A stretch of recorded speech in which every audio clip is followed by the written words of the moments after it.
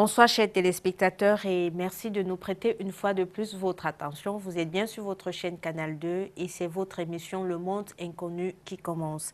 Alors, nous vous avons promis la dernière fois de parler aujourd'hui du voyage astral, mais nous allons revenir un peu plus sur la constitution occulte de l'homme à la demande du public parce que vous aviez été nombreux à nous faire comprendre que vous n'aviez pas tout à fait compris ou alors vous n'avez pas très bien compris ce que c'est que la constitution occulte de l'homme.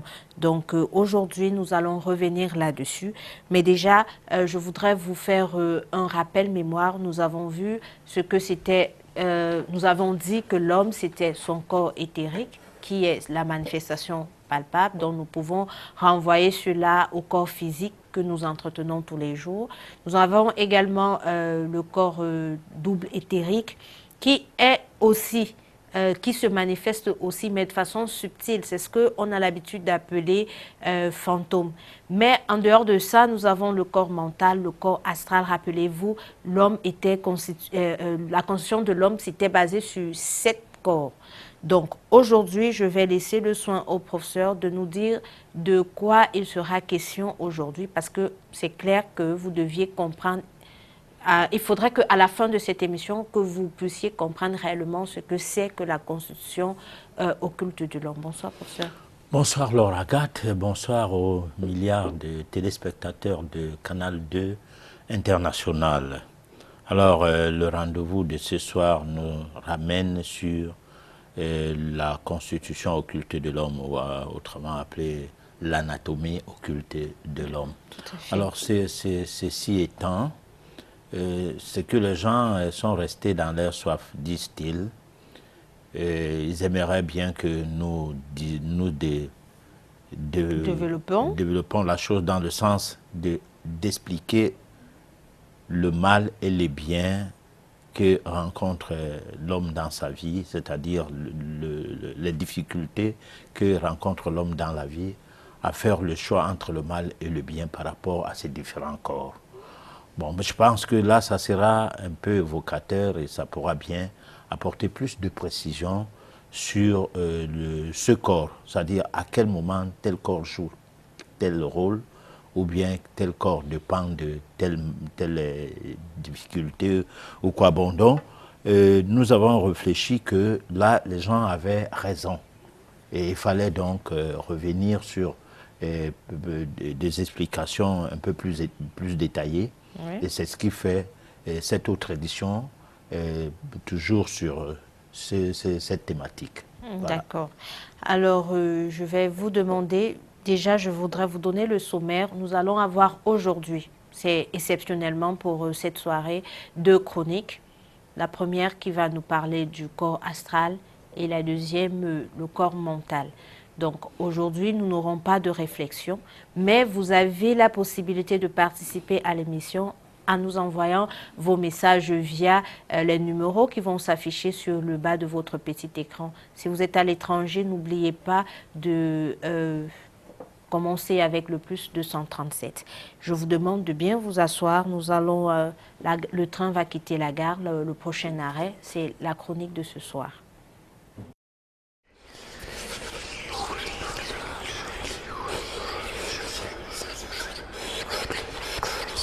Le corps astral de l'homme est formé des matériaux subtils, empruntés à tous les sous-plans du second plan de la nature Kama. L'animal le possède également et il n'existe qu'en germe dans le rein végétal. Le corps astral est le centre des désirs et des passions. C'est pourquoi on l'appelle quelquefois âme animale. Tous les besoins de l'animal, a écrit Annie Besant, la faim, la soif, l'appétit sexuel sont de son domaine, comme les passions, l'amour dans son aspect inférieur, la haine, l'envie, la jalousie. Il est le désir de l'existence sensuelle, ce qui veut éprouver les joies matérielles, la luxure de la chair et celle des yeux, la chaleur de la vie. C'est le plus matériel des principes de notre nature, celui qui nous attache avec le plus de force à l'existence terrestre. Sans le corps astral, cet intermédiaire qui permet à la bête qui est en nous de vivre pleinement sa vie, l'homme ne prouverait aucune sensation, ni physique, ni morale. Cette sensation est d'autant plus vive que le corps astral est plus développé. Chez un homme très évolué, la sensibilité est vive. Elle est atténuée chez le sauvage.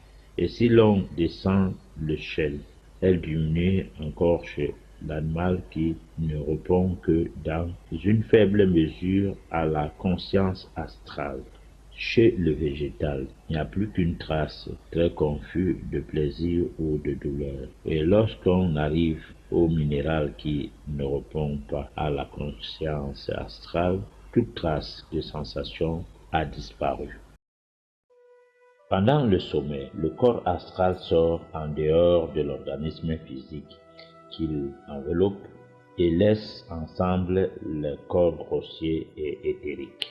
Libéré, il flotte au-dessus de ces deux derniers, retenu par ce que certains occultistes nomment le fil d'argent, et vivant ainsi d'une vie indépendante, il perçoit ce qui se passe sur son plan distinct et en imprime les souvenirs à la conscience dès le réveil, mais d'une façon très confuse.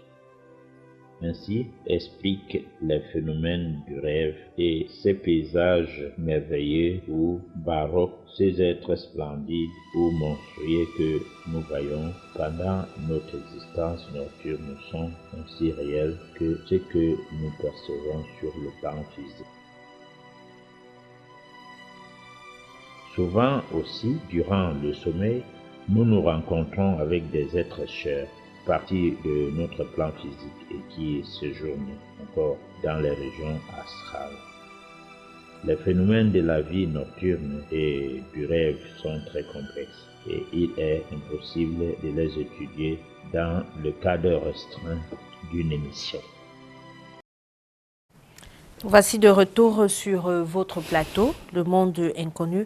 Alors, il était question en fait du corps astral, mais permettez-moi de revenir avec le corps physique, c'est-à-dire ce que nous avions eu à voir dans les éditions précédentes. Alors, professeur, dites-nous, avant d'aller dans le corps astral, on va revenir sur le corps éthérique et double éthérique. Bon, alors, disons que comme on a dit que nous devons être pratiques ce soir, oui. Alors on va commencer par dire qu'il y a une différence entre nous et ces corps. Nous, c'est nous. Nous, c'est l'âme. Alors nous, c'est ce corps qui paresse. Vous avez le désir, le corps physique par exemple, vous avez l'obligation peut-être de porter secours à un individu, à quelqu'un, à une connaissance ou à quelqu'un que vous ne connaissez pas, mais c'est une question d'assistance à personne en danger. Alors vous dites, pourquoi le faire? Ça me concerne en quoi? Ou bien alors vous avez même un travail qui vous concerne et qui soit personnel. C'est-à-dire que vous aviez peut-être à écrire un projet ou bien à réparer quelque chose qui se gâte dans la maison, un bidet qui l'eau chiante au niveau des toilettes ou quoi. Bon, ça reste là, les factures augmentent simplement parce que c'est la paresse qui est l'élément principal du corps physique comme un élément qui vous amène à comprendre qu'entre votre corps physique et vous, il y a une différence. La différence, c'est quoi? C'est de dire, ce n'est pas moi qui refuse d'agir, mais c'est mon corps. Alors, comme mon corps ne me commande pas, je dois agir. Et vous, voilà comment vous allez vous lever directement, vous allez agir. Alors, maintenant, sur le plan physique, c'est ça, et le plan double éthérique, c'est les liens qu'il y a entre le monde subtil et le monde physique. Repris ici, dans un environnement où vous pouvez vous retrouver dans les rêves en train de mener des actions qui en fait se répercutent dans votre milieu, c'est-à-dire avec vos camarades, avec vos amis, ailleurs, on perçoit ces actions que vous avez menées comme des messages. Bon, parce que votre double éthérique a agi à la faveur de vous, parce que là je dis, il faut distinguer vous et les autres corps. À votre faveur, ça a donc agi et ça a permis à ce que vous puissiez communier avec d'autres gens. Et là, c'est ce qui se passe, on l'avait dit une fois ici, que lorsque quelqu'un est frappé d'un accident, son double éthérique va aller de maison en maison vers ses intimes, les signaler, les porter le message, mais que ceux-là ne vont pas percevoir. Ils vont voir apparaître quelqu'un et brusquement voulant se saisir de l'image de la personne comme pour la saluer et échanger un peu, que l'image aura disparu. Et quelques instants après, on vous informe que votre ami là est décédé. Il a été, il a été victime d'un accident.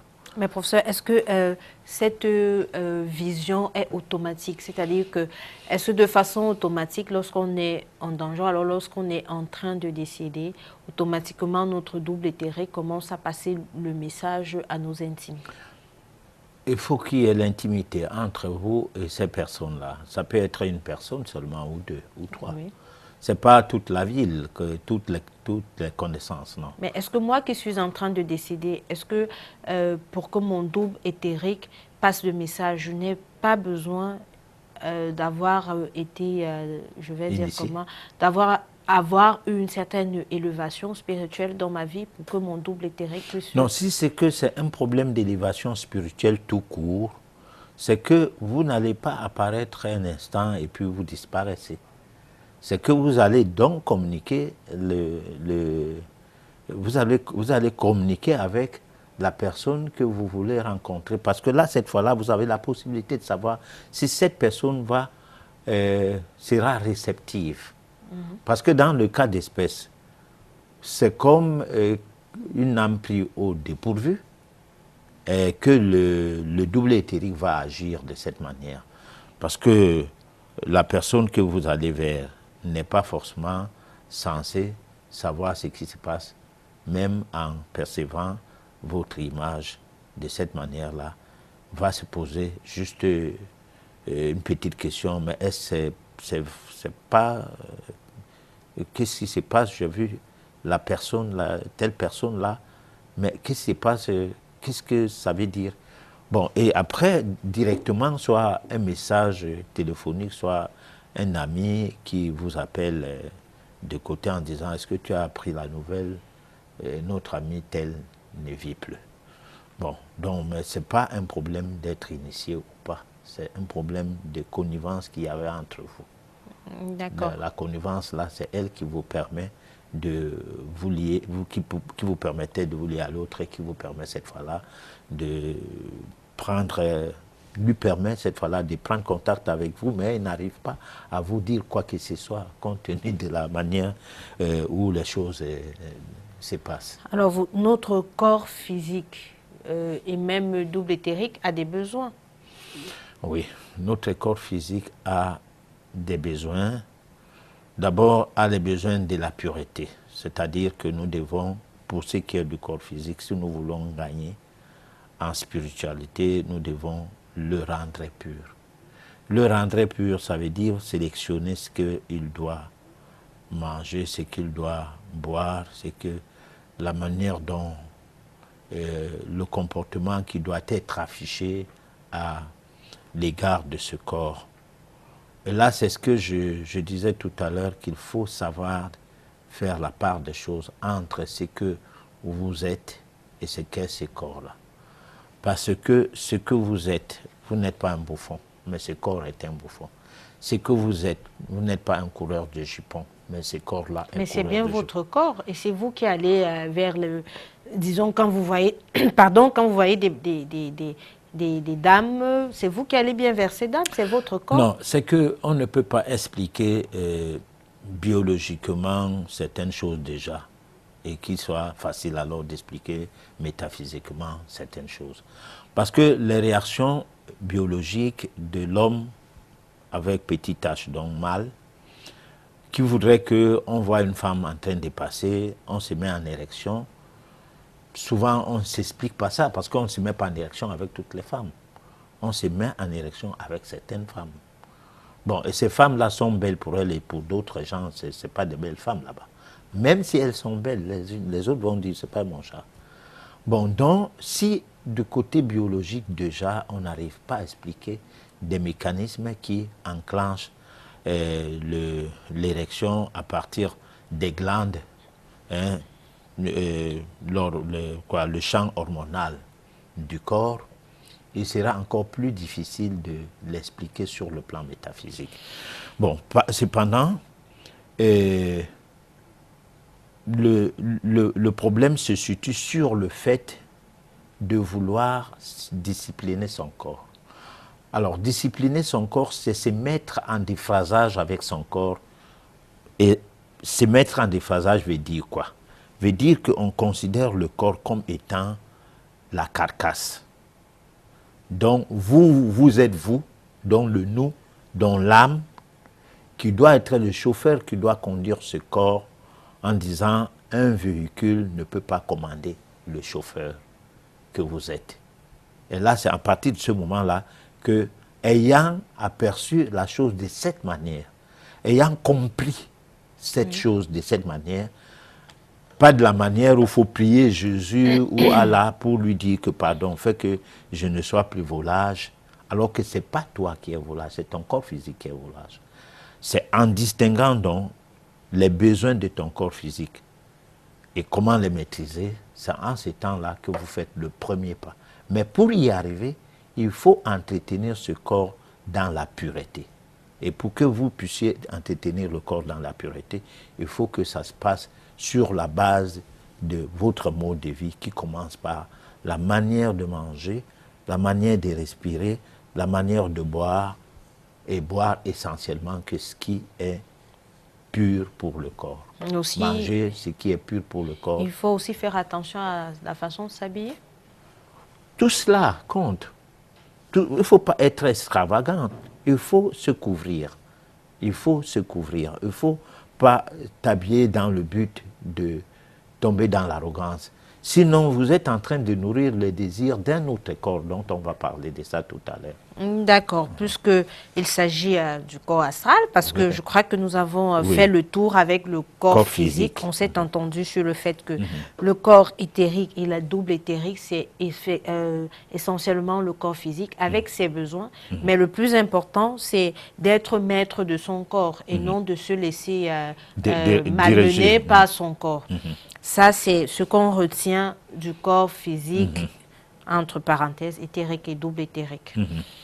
Maintenant, nous allons au niveau du corps astral, et c'est ce sur quoi était basée la chronique de tout à l'heure. Ouais. Moi, je vais commencer directement. Vous avez parlé des besoins, la faim. Alors, donc, la cupidité, en fait, le mot fort du corps astral, le mot fort, c'est la cupidité. C'est-à-dire que là, nous prenons le corps astral sur le plan de l'individu qui n'a pas encore eu une évolution spirituelle. Parce que pour aller vers le bien, il faut stigmatiser le mal. Bon, parce que là, nous sommes en train de chercher le mal et le bien face à ces différents corps. Alors, dans la recherche de ce que c'est que le mal et le bien, parce que les gens ne comprennent pas d'où viennent les problèmes dans la vie. Tout à l'heure, en parlant de corps physique, on essayait de dire qu'il y a la bouffe, l'alcoolisme, les désirs sexuels et tout, qui prennent de l'ampleur comme si ça nous concernait, nous en tant qu'âme, nous en tant qu'entité, devant animer ce corps. Parce que n'oublions pas que si quelqu'un naît et que l'âme ne s'implémente pas dans le corps, ça devient un bébé qui est un mort-né. Alors c'est à partir du moment que l'essence de la vie entre que maintenant vous êtes un être vivant.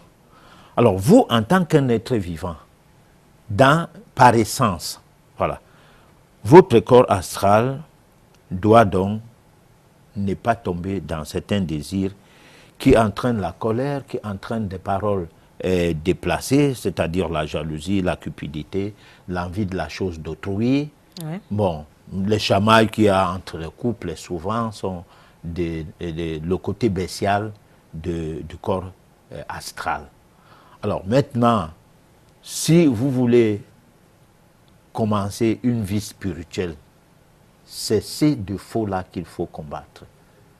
C'est-à-dire ne pas être emporté dans des discussions inutiles et qui peuvent entraîner la rupture, ne pas être avide, ne pas être jaloux, ne pas être intéressé par des choses qui ne vous apportent rien à la fin. Mais professeur, plus que le corps astral est en nous, avec toute la cupidité et tous ces défauts, si je peux dire ainsi, comment est-ce que, alors qu'est-ce que je dois faire pour pouvoir être au-dessus de la cupidité du corps astral qui se retrouve en moi? Bon, alors, nous avons d'abord un problème, c'est que quand on manque de confiance en soi,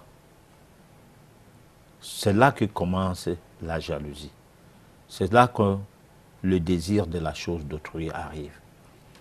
C'est là que arrive aussi le découragement. Bon, la confiance en soi, c'est quoi? C'est pas un problème de développement personnel, mais c'est de savoir que vous êtes une entité d'abord avant que de naître, disons, quelqu'un de physique. Et là, il faut maintenant essayer de comprendre comment les choses chez les autres se passent. Parce que, par exemple, dans le cas de la jalousie, vous pouvez être jaloux de quelqu'un qui a volé pour avoir les biens matériels, de quelqu'un qui est féminin, et que vous amenez à faire son métier de fémania ou de voleur, vous allez comprendre que non, réellement, il n'est pas bien. Parce que ce n'est pas ce que vous voulez.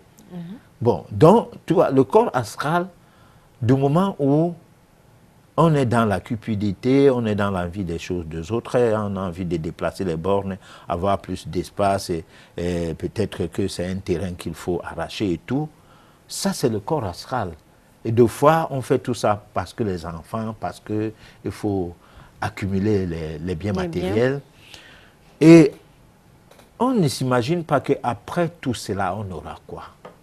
Parce que si vous avez plusieurs immeubles et que l'immeuble principal, vous avez une chambre de 12 mètres sur 12, vous n'allez pas mettre un lit sur les 12 mètres.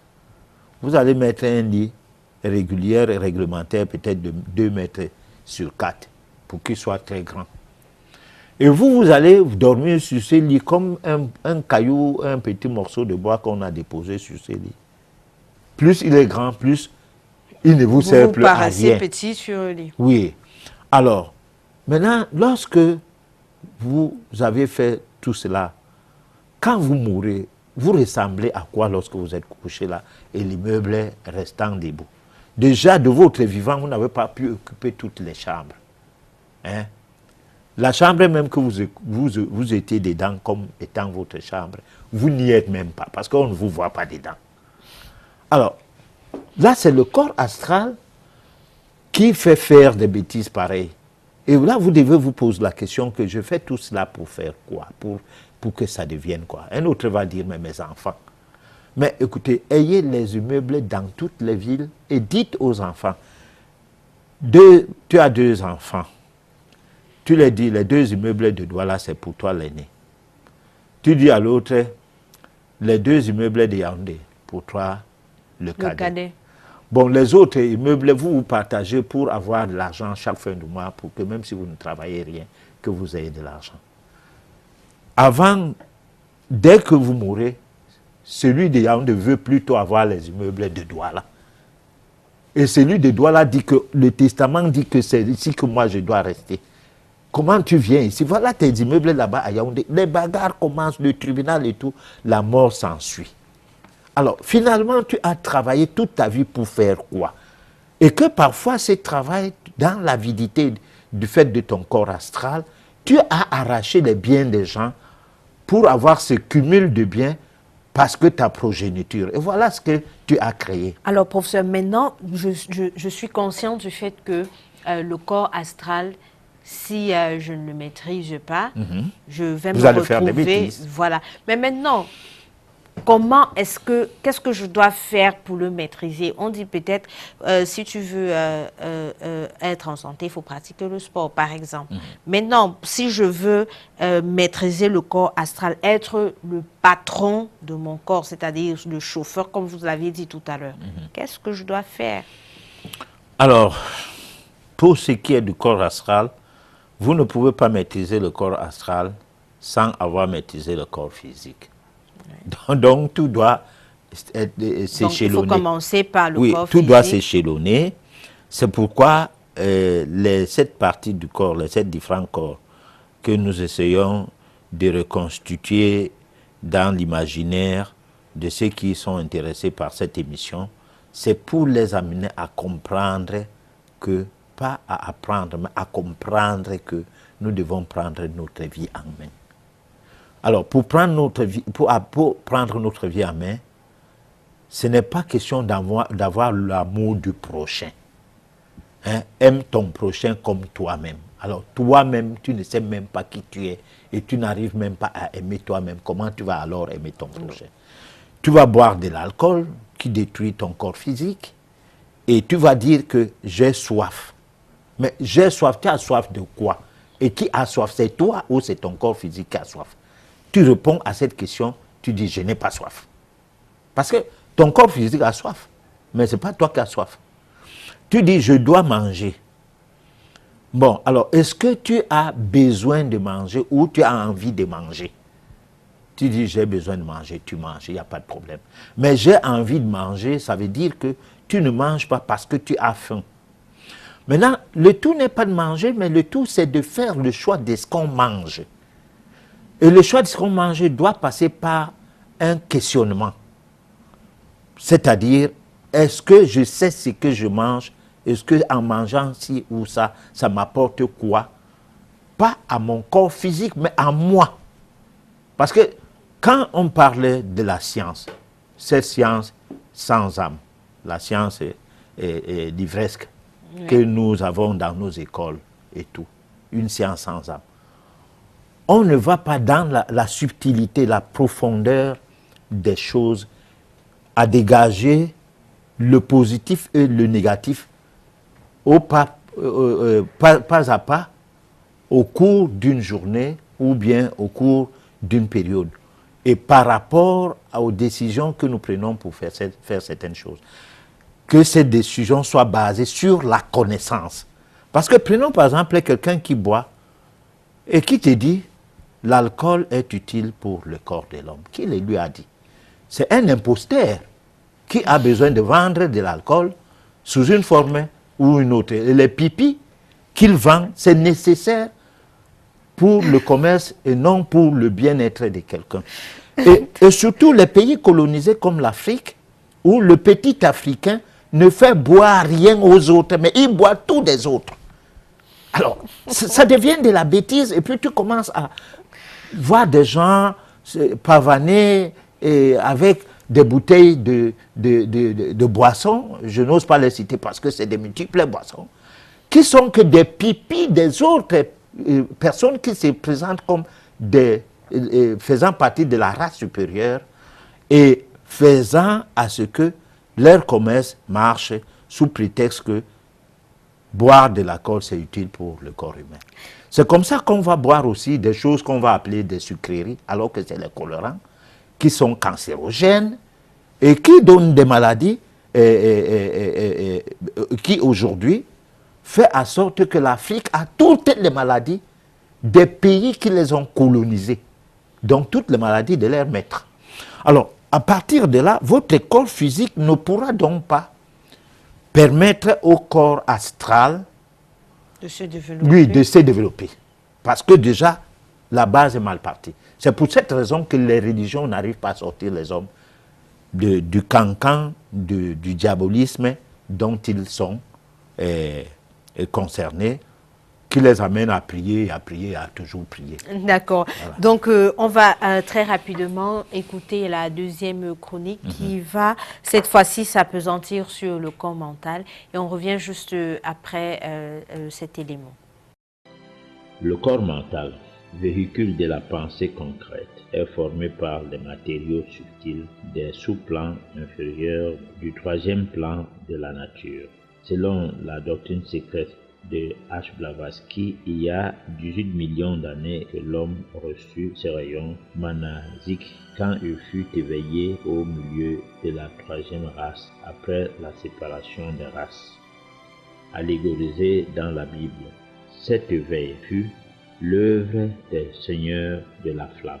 L'homme a la faculté de développer ce corps et surtout de l'élever en le faisant répondre à la conscience du mental supérieur au lieu de le faire descendre au niveau du plan astral ou passionnel. On arrive à ce développement par la culture de la pensée, la concentration et la méditation. Mais cette partie spéciale de l'enseignement occulte, la réalisation sera étudiée dans d'autres émissions si possible. Le corps mental est le dernier du quaternaire formel.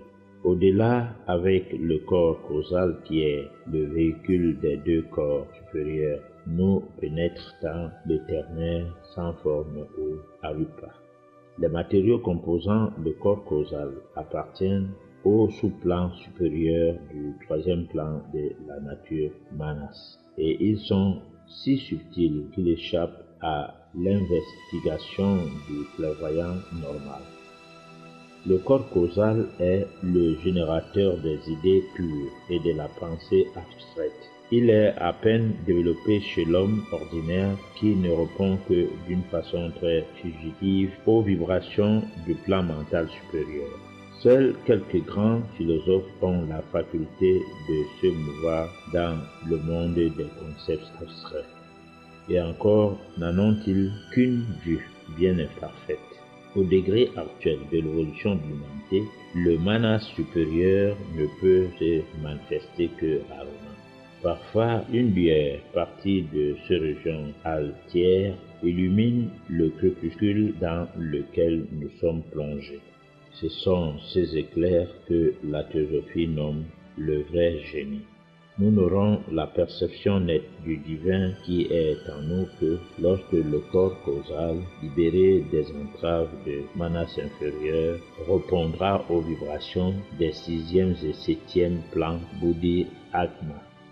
Alors, pour l'homme, le voile de l'illustration sera déchiré, le grand œuvre de la transmutation sera accomplie par la séparation d'utile et l'épais. L'être pourra distinguer le vrai du faux, le réel de l'illusion, l'éternel du transitoire et se rendre maître du serpent astral désormais subjugué.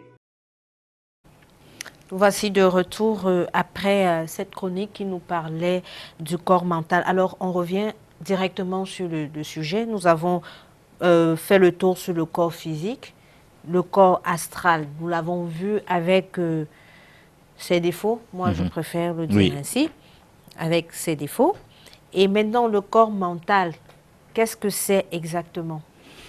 Alors, donc, avec le corps mental, il y a un problème d'orgueil.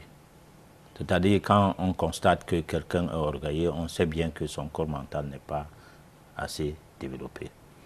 Et c'est le corps mental qui nous empêche de mieux faire nos méditations. Pendant que vous avez une vie spirituelle à mener, vos idées sont traversées par, l'idée principale est traversée par des milliers et des milliers d'idées qui vous distraient de votre possibilité d'asseoir votre projet de purification sur le plan mental. Alors, à partir de là, vous bagarrez seulement. Et cette bagarre est d'autant plus difficile du fait, parce que là, On dit toujours, parce que là, c'est le corps, c'est les désirs du corps mental qu'il faut désolidariser avec vos désirs. Parce que vos désirs ne sont pas d'aller hors du bien, c'est-à-dire hors du chantier qui conduit vers le bien. Vos désirs, vous personnellement, se présentent comme une personne qui veut s'élever. Parce qu'en fait, le fondement même de la vie de l'homme, c'est l'évolution. Et cette évolution commence par le fait de naître, de devenir bébé, de bébé enfant, enfant adolescent, adolescent adulte, et puis on entre dans la vie active pour se retrouver au troisième âge. Alors comme ça, c'est un rythme, un cycle d'évolution normal. Et ce cycle d'évolution part donc du corps physique, du corps astral et du corps mental. Parce qu'avant d'arriver au corps causal, qui est un corps qui vous lie maintenant avec l'au-delà, qui vous permet d'être en contact avec la dimension spirituelle pure de l'existence de tout un chacun, du moins c'est-à-dire comme le point d'achoppement vers lequel tout un chacun est appelé à y arriver. Alors, il faut d'abord que l'évolution du bébé que vous aviez été avec votre corps physique, de l'adolescent que vous êtes devenu grâce au développement de votre corps astral, et de l'adulte vers le troisième âge qui passe par le corps mental, que toutes ces étapes-là soient affranchies ou soient traversées dans les conditions positives, en essayant de reconnaître que ça, c'est ce que je veux, et ça, c'est ce que veut le corps physique, ça, c'est ce que je veux, ça, c'est ce que veut le corps astral, ça, c'est ce que je veux, ça, c'est ce que veut le corps mental, et ce que veut le corps-là, ce n'est pas ce que moi je veux. À partir de là, on peut maintenant entrer dans la phase du développement de son être de manière approfondie grâce à votre entrée dans le corps. Alors, professeur, tout à l'heure, vous aviez fait, vous aviez commencé du bébé, enfant, adolescent, et puis adulte, et puis ensuite le troisième âge. Alors, dans votre progression, vous avez dit, on commence enfant, le développement du corps physique, adolescent, le corps astral, ainsi de suite. Alors, est-ce à dire que cet enfant, ou alors, je vais dire le fœtus, oui, celui-là qui est encore dans le ventre de sa maman, n'est pas doté de tous ces différents corps? Non, non. Disons, on suppose que vous n'êtes pas encore né. Lorsque nous parlons du corps physique, c'est déjà quelque chose qui se forme et qui fait à ce que l'être intérieur soit dominé par ça tout le long de sa vie ou inversement. Mais ce qu'on rencontre le plus souvent, c'est-à-dire si tu prends 100 personnes à l'église même, parce que dans la rue on va dire ils ne cherchent pas Dieu, mais à l'église même tu les demandes pourquoi ils sont là. Ils ne vont pas te donner une réponse qui te permet de savoir qu'ils savent distinguer leurs besoins en tant qu'entité et les besoins de leur corps. Ils savent que c'est leur corps qui est eux et que c'est de ce fait qu'ils doivent prier pour que Dieu les reçoive au dernier jour du jugement. Bon, donc là, c'est des bébés. C'est encore des bébés. On ne peut pas dire que c'est des gens qui sont encore dans le ventre. Non, ils sont quand même des bébés. Bon, donc nous ne parlons pas du bébé dans le ventre. Là-bas, c'est un organe. En règle générale, sauf déphasage entre les connaissances métaphysiques d'une obédience à une autre ou bien d'un clan à l'autre, mais le bébé dans le corps n'a pas d'âme. Le bébé dans le corps vit de la respiration de sa mère, vit de la circulation du sang de sa mère. C'est son corps, bien qu'étant constitué, prêt à sortir, ou bien à quelques jours de sa naissance, continue à bénéficier de tout de sa mère. Puisqu'il est même prouvé que son immunité arrive plus de 6 mois après sa naissance, qu'il a cette fois-là son propre immunité, après avoir dans le même temps sucé le lait de sa mère.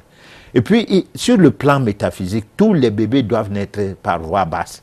Parce que le fait de traverser le sexe de sa mère implémente en ces bébés des vibrations spirituelles d'une subtilité inexplicable. Et ceci donne plus de chance à l'enfant d'avoir une évolution spirituelle garantissante. Bon, alors, maintenant, si vous êtes sorti du ventre de votre maman, c'est en ce temps-là que l'âme entre, c'est là que vous pleurez. Dès que vous pleurez, vous devenez donc une entité vivante, quelqu'un de vivant. Vous n'êtes plus un tas de déchets ou alors un fœtus, un tas de muscles et autres. Bon, donc le corps subit d'évolution, du moins l'être humain subit son évolution à partir de sa naissance. De sa naissance, voilà. D'accord. Donc, mais moi j'ai un souci, professeur. J'ai l'impression que finalement, l'homme n'est constitué que des corps pleins de défauts. Le corps astral, c'est la cupidité, c'est la jalousie. Le corps mental, c'est l'orgueil. Pourquoi donc? Quel est il n'y a pas, je vais dire comment, le côté positif, parce que c'est seulement le mal, le mal, le mal. Le bien dans tout ça est où? Alors, pour étudier le bien, il faut d'abord étudier le mal. Peut-être que pour étudier la santé, il faut étudier la maladie. Bon, parce que si on étudie la maladie avant, ou si on étudiait la maladie avant, les gens ne tombaient jamais malades. Et si on étudiait la santé avant d'étudier la maladie, les gens ne tomberaient jamais malades. Mais notre environnement, notre nature, des personnes appelées à évoluer, tant sur le plan matériel que sur le plan spirituel, passent par le mauvais côté des choses.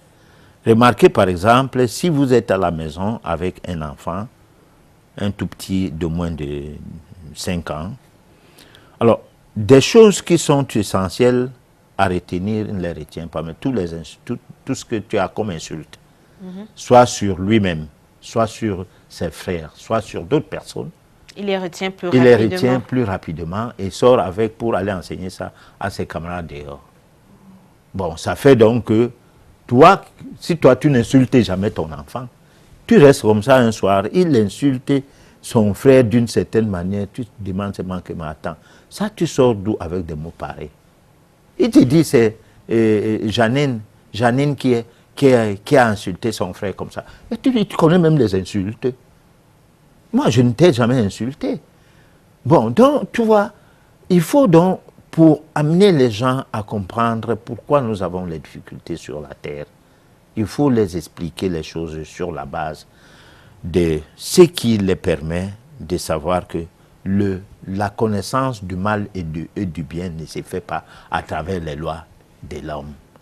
C'est-à-dire que, parce que en France, quand tu fais comme ça, c'est mauvais, qu'au Cameroun, c'est la même chose, ou bien en Italie. Professeur, ça veut dire que l'homme est mauvais?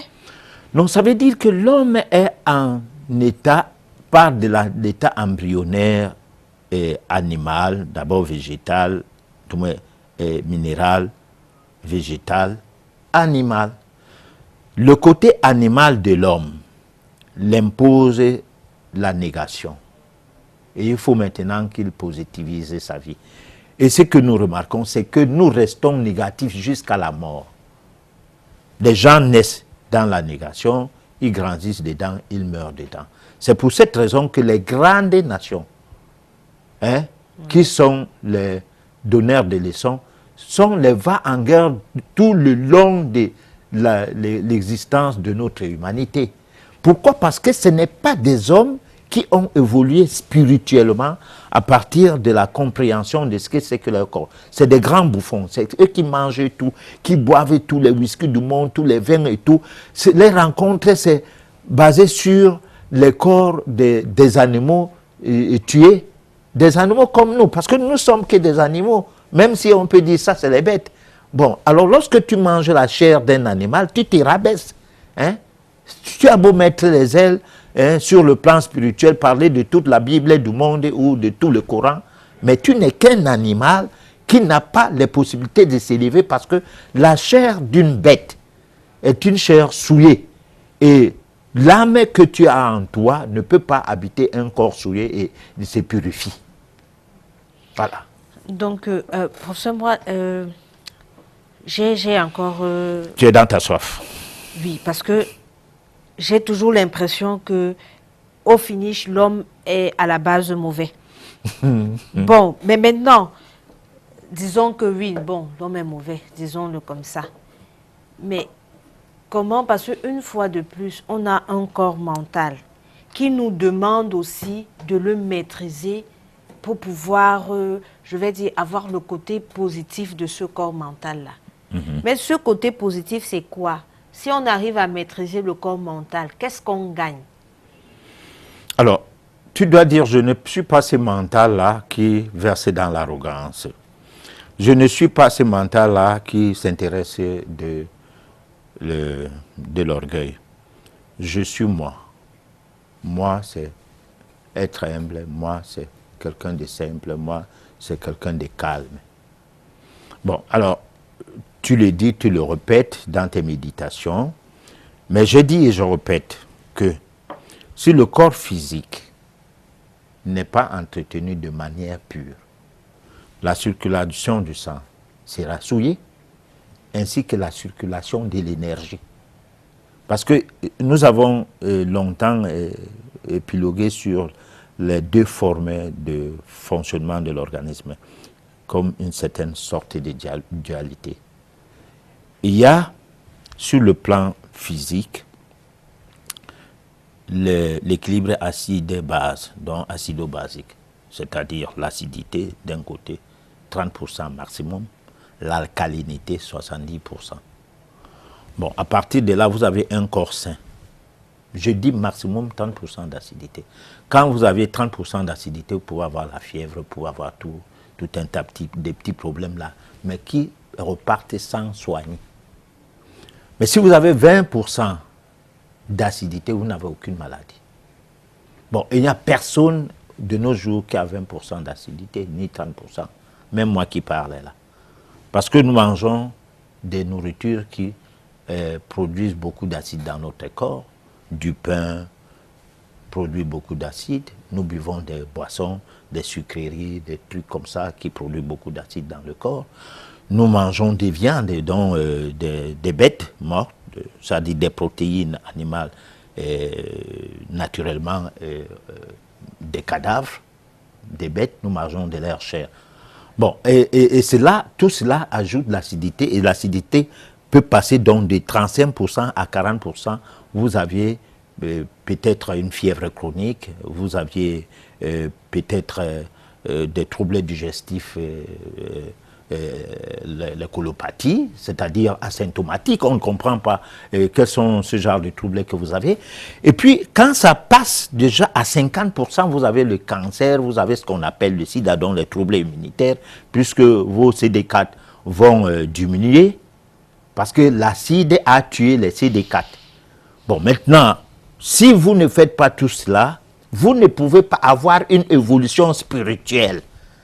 C'est pour cette raison que les seigneurs de ce monde, ceux qui se disent les hommes de Dieu, meurent du diabète, de l'hypertension, du cancer, de toutes ces maladies.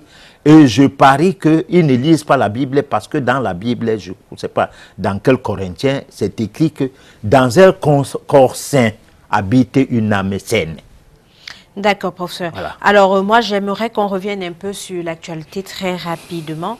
La semaine dernière, nous avons eu un phénomène en Banga. C'est vrai qu'il s'est avéré à la fin... que c'était un buzz. Oui, c'était un buzz. Ouais. Mais toujours est-il qu'il arrive qu'on se retrouve dans des situations où on a enterré quelqu'un, est décédé, on l'a enterré, et quelques années après, on nous dit, mais on l'a vu à tel endroit, ou alors même la personne revienne dans sa famille. Alors, aujourd'hui, nous avons parlé du corps physique, éthérique, double éthérique, astral, mental. Alors, qu'est-ce qui se passe exactement dans ce phénomène-là? Quels sont les corps qui sont utilisés? Quels sont les corps qui sont, je vais dire comment, enterrés? Et quel est le corps qui revient? Bon, alors nous allons, permets-moi de dire ceci, nous allons accorder toute une édition sur ça, oui, pour expliquer le Famla et le Con face à la sorcellerie.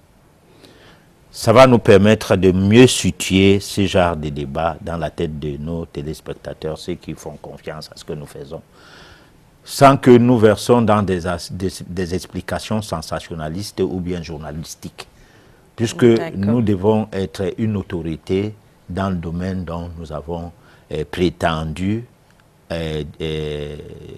dire que nous donnons des enseignements. Et dans la moindre mesure, nous ne devrons pas faillir par faute, mais par erreur. C'est-à-dire que nous devons peut-être dire des choses par erreur, non parce que nous sommes extravagants et tout, oui, de peur que notre corps mental ne soit au-dessus de nous. D'accord, professeur. Donc, on va directement avec les questions, parce que nous en avons eu, nous en avons assez. Alors, par quel procédé peut-on se mettre au-dessus du mode de consommation que nous avons actuellement, c'est-à-dire les sucreries, tout ce qui est usiné, étant donné que nous avons grandi dans ce mode de consommation? Alors, c'est très compliqué parce que l'Africain n'a pas compris une chose. Le type qui vous donne ces produits aujourd'hui à manger, à boire, a été l'esclave de tes ancêtres. Bon, ou alors ses arrière-grands-parents ont esclavagisé vos ancêtres. Après, ils sont venus vous coloniser. Après qu'ils vous aient colonisé, ils ont formé des institutions étatiques pour gérer votre indépendance. Et ils vous ont mis tout, c'est-à-dire ils ont tout fait pour vous contrôler, c'est-à-dire contrôler vos parents que nous autres nous sommes, ou nos parents, ceux qui ont été mes parents, ils les ont contrôlés, ils me contrôlent, ils contrôlent mes enfants, parce que je ne peux pas dire à mon enfant aujourd'hui, ne bois pas les sucreries. Bon, c'est ça la vraie boisson. Alors, résultat, nous avons donc des difficultés, en réalité, de dire autrement des choses aujourd'hui. C'est ça le malheur de l'Afrique, parce que tous les continents du monde, l'Afrique, le nom anthropologiquement, sont les noms des autres continents, dont particulièrement alors le continent des gens qui nous ont colonisés, dont des Occidentaux. C'est ces noms-là qui nous plaisent. Tu entends M. Jean-Baptiste, M. Jean, M. Justin, Madame Julienne. Voilà. On ne dit plus M. Mbok, M. Niek, M. On dit Laure Agathe. Bon, on dit Laure Agathe. Et ça plaît, et c'est tellement joli. Bon, mais là, lorsqu'on dit alors comme ça, tes ancêtres, personne ne bouge pour toi. Parce qu'il faut reconnaître une chose, c'est lorsque tu cites le nom de Jésus, toi qui es de Jésus, que Jésus agit dans sa tombe ou bien au paradis où il se retrouve. Bon, où il se trouve où. Alors, donc, résultat, nos enfants doivent, à partir de cette émission, ces enfants qui suivent cette émission, qui voudraient évoluer, doivent comprendre que l'inconnu est difficile, on fait confiance difficilement à l'inconnu. Alors, qui est l'inconnu? Mais ce n'est plus les méthodes européennes qui sont à notre disposition aujourd'hui. Mais pourtant, c'est ces méthodes-là qui devraient être inconnues. On devrait faire un retour aux sources, parce qu'en fait, l'évolution même des autres continents passe par le retour aux sources. Les Asiatiques ont aussi été colonisés, mais ils sont restés dans leur système castique. Et c'est ce système-là qui fait partie de leur religion, de leur croyance en Dieu. Et c'est cette façon de croire à leur Dieu, à leur tradition, qu'ils sont restés eux-mêmes. Ils n'ont pas besoin des noms des Européens pour pouvoir prévaloir leur existence. Ils n'ont pas besoin de manger des nourritures de l'Europe. Ils n'ont pas besoin de vivre comme ces Européens qui les ont colonisés. Pourtant, les Indiens ont été colonisés par les Anglais. Donc ça veut dire qu'aujourd'hui, il faudrait faire le nécessaire pour... D'abord, il faut rejeter l'école du blanc. Oui. Il faut que le système scolaire en Afrique change. Parce que c'est... Quelqu'un ne peut pas te coloniser et te donner un système scolaire, valider tes diplômes sur la base de te révolter spirituellement ou bien retrouver ton identité. Non, tout a été fait pour que tu sois assujetti à jamais. C'est-à-dire, de génération en génération, nous resterons des assujettis jusqu'aux plus petits enfants de nos plus petits enfants. Alors, maintenant, il faut un système scolaire purement africain. Bon, maintenant, professeur, là, c'est dans le cadre général. Maintenant, dans le cadre dont personnellement je vis dans cet environnement avec le système scolaire qui n'est peut-être pas encore changé. Voilà. Mais moi, je décide de pouvoir atteindre cette élévation spirituelle. Très bonne question. Donc maintenant, là, moi, qu'est-ce que je dois faire personnellement? Alors, tu dois faire ceci, tu dois dire, j'étais à l'école pour voir ce qu'on fait là-bas. Oui. Mais je reste moi. Hein? Parce que regarde, les Bill Gates, il n'a pas fait l'université. Hein? Steve Jobs, non plus. Steve Jobs, même lui, n'a même pas fait l'école en tant que tel. Bon, donc, voilà des hommes qui se sont donné une identité dans le monde. Bon, pourquoi on pense que le noir doit faire les écoles du blanc alors que les blancs eux-mêmes refusent de faire ces écoles-là pour développer économiquement, c'est pas industriellement les pays.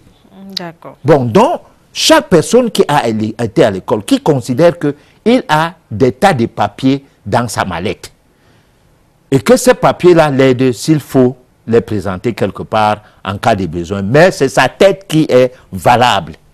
Et qu'est-ce qu'il a mis dans sa tête? C'est la question qu'il doit se poser pour que, au finish, qu'il comprenne que, attends, je n'ai rien mis dans la tête. Là, maintenant, arrivera le temps de mettre les choses dans sa tête en allant vers la culture générale. Et c'est cette culture générale-là qui concorde avec la vraie spiritualité que nous essayons de défendre ici à travers la donne métaphysique. D'accord. Voilà. On a d'autres messages. Comment développer son corps astral et où va-t-il pendant le sommeil? Alors, le corps astral, lorsque vous développez votre corps astral, il va se balader pendant le sommeil dans l'univers.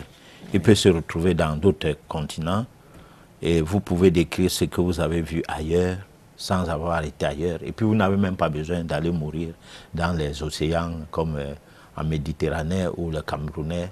Et les Africains, en règle générale, veulent aller à l'Hexagone. Oui. Et meurent dans des bateaux de fortune, à cause des bateaux de fortune, où ils se retrouvent là en embarcation de 1000 pour un navire qui ne peut que prendre peut-être 100 personnes. Bon, ou bien 50 personnes. Alors, vous n'aurez plus besoin de ça. Quand vous voulez voyager pour aller aux États-Unis, vous vous retrouvez aux États-Unis la nuit, vous faites vos courses, et le jour où vous vous retrouvez dans votre pays. Et vous revenez de ces courses-là avec des choses palpables. Alors, professeur, et quand on meurt, où vont les 7 corps alors, les 7 corps, chacun de ces corps se retrouve à sa zone. Le corps physique se retrouve dans la terre. Oui. Bon, les autres corps se retrouvent dans l'esprit. Le corps astral se retrouve dans l'astral. Le corps causal, c'est volatile et attend la prochaine fois, parce que vous risquez de vous retrouver avec les mêmes corps, puisque vous êtes en situation de réincarnation. Vous pouvez même vous retrouver même avec le même corps physique. D'accord. De façon à ce qu'on parle de sosie. Oui. Voilà. Très rapidement, parce que le temps nous tient déjà à la gorge. On a un téléspectateur qui voudrait savoir quelle est la place de la femme dans la société du côté occultisme, c'est ce qu'il a dit. Il n'y a pas de femme, il n'y a pas d'homme, il y a l'être humain. Quand vous êtes né femme parce que votre mission, à ces moments précis, voudrait que vous portez le corps d'une femme. Et pour accomplir cette mission, votre âme n'a pas de sexe. L'âme de personne n'a de sexe. Le sexe est pour le corps physique. Et le corps physique, c'est un outil que l'âme utilise pour accomplir sa mission. Voilà. Alors, un dernier mot, nous sommes arrivés au terme de cette édition. Alors, nous ne faisons pas de promesses. Que les gens nous suivent mardi prochain avec un nouveau thème, oui. Ou alors qu'ils restent attentifs sur ce que nous faisons, parce que nous pensons que lorsqu'on a quelque chose à partager, on doit le partager.